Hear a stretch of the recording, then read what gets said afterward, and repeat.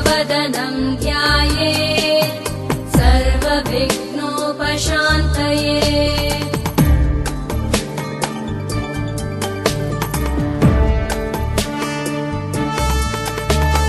शान्ताकारं भुजगशयनं पद्मनाभं सुरेशं विश्वाधारं गगनसदृशं मेघवर्णं शुभाङ्गम् लक्ष्मीकान्तं कमलनयनं योगिभिर्ध्यानगम्यं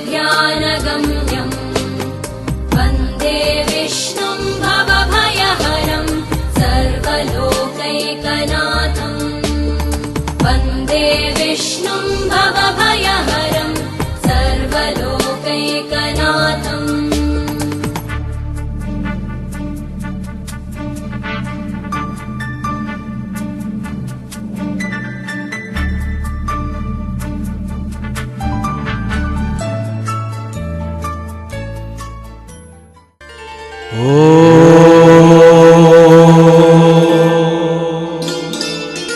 ఓంకారమంటే పరబ్రహ్మం, బ్రహ్మ పదార్థం. బ్రహ్మ పదార్థమంటే అనంతమైన ఈ లోకంలో ఎన్నో గ్రహాలు, ఎన్నెన్నో ఉపగ్రహాలు, ఎన్నో వేల కోట్ల జీవరాశులు. ఆ జీవరాశుల మధ్య జడమై అజరమై జడ పదార్థం కాని ఎన్నెన్నో జీవరాశుల మధ్యలో ఏ తేజస్సు నిలిచి ఉన్నదో ఆ తేజస్సు యొక్క సమగ్ర స్వరూపమే పరబ్రహ్మం. ఈ లోకంలో స్థావరమై జంగమమై అనేక జీవరూపాలతో కొన్ని కోట్ల జీవరాశులు. ఆ జీవరాశులలో మానవ జన్మ మహోత్కృష్టమైనది. అందులో మహోన్నతమైనది బ్రాహ్మణ జన్మ. ఈ బ్రాహ్మణ జన్మ జన్మించినందుకు జీవన సాఫల్యం పొందటానికి తమతో పాటు తనని, తన కుటుంబాన్ని, తన చుట్టూ ఉండే సమాజాన్ని అమృతమయం చేసి ఆనందమయం చేసేందుకు వ్యక్తిగా తాను ఉపాసించేటువంటి ఈ దేవతా స్వరూపమే గాయత్రీదేవి. గాయత్రి అంటే భూమియే ఉపస్థుగా, విష్ణువే హృదయంగా, శివుడే సర్వవ్యాపితంగా ఉండే మహోన్నత జీవస్వరూపం ఆ గాయత్రీదేవి. గాయత్రి అంటే ఈ లోకంలో ఉండే ప్రపంచంలోనే కాదు, విశ్వభూతరాంతరాల మధ్యలో ఎన్నెన్నో జీవరాశుల మధ్యలో ఆ అంతర్గతంగా ఉండే జీవశక్తి యొక్క సమగ్ర స్వరూపం ఈ గాయత్రి. కాలస్వరూపుడు సూర్యభగవానుడు. ఆ సూర్యుడు ఉదయించే వేళ అంటే రాత్రి పూర్తయి పగలు ప్రారంభించే సంధ్యాకాలంలోనూ, పగలు పూర్తయి రాత్రి ప్రారంభించేటువంటి సంధ్యాకాలంలోనూ ఈ గాయత్రిని ఉపాసించడమే మానవుని యొక్క మహోత్కృష్టమైన, చక్కదైన, జీవస్మరణీయమైన, మహోత్కృష్టమైన మహాతపస్సు.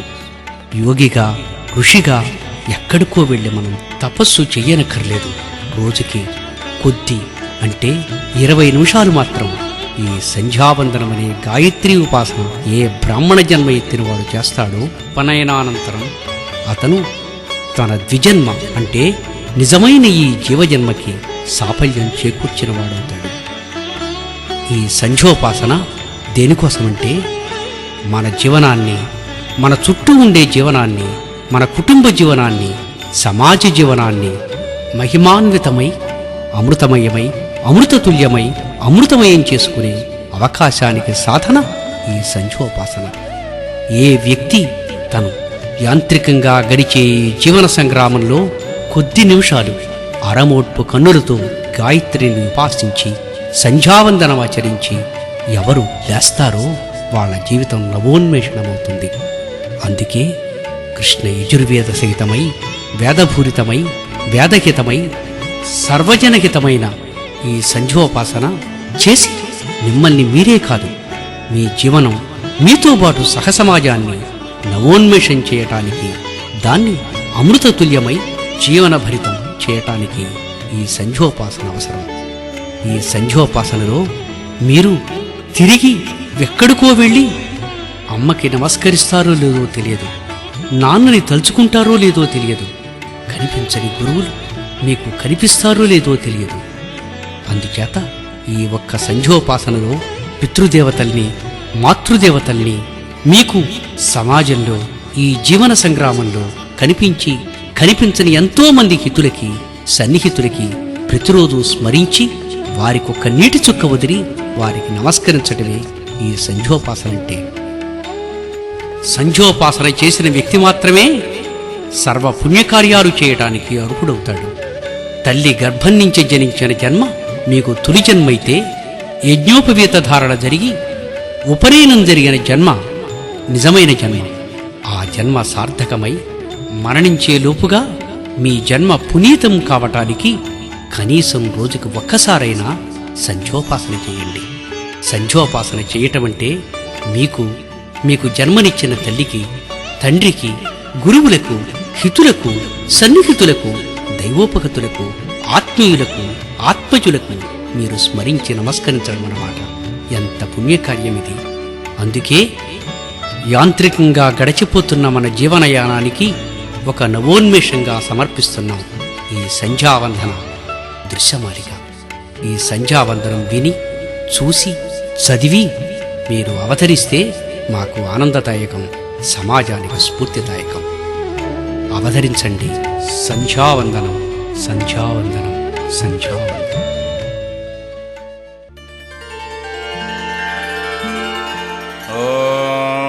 अपवित्रः ॐ अपवित्रः पवित्रो वा सर्वावस्थां गतोऽपि वा यस्मरेत् पुण्डरीकाक्षं सबाह्या अभ्यन्तरः शुचिः पुण्डरीकाक्ष पुण्डरीकाक्ष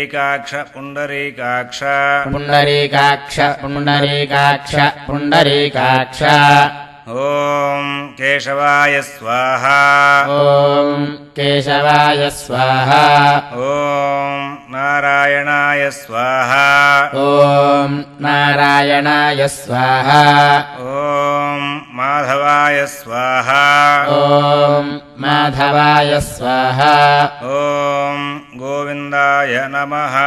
ॐ गोविन्दाय नमः ॐ विष्णवे नमः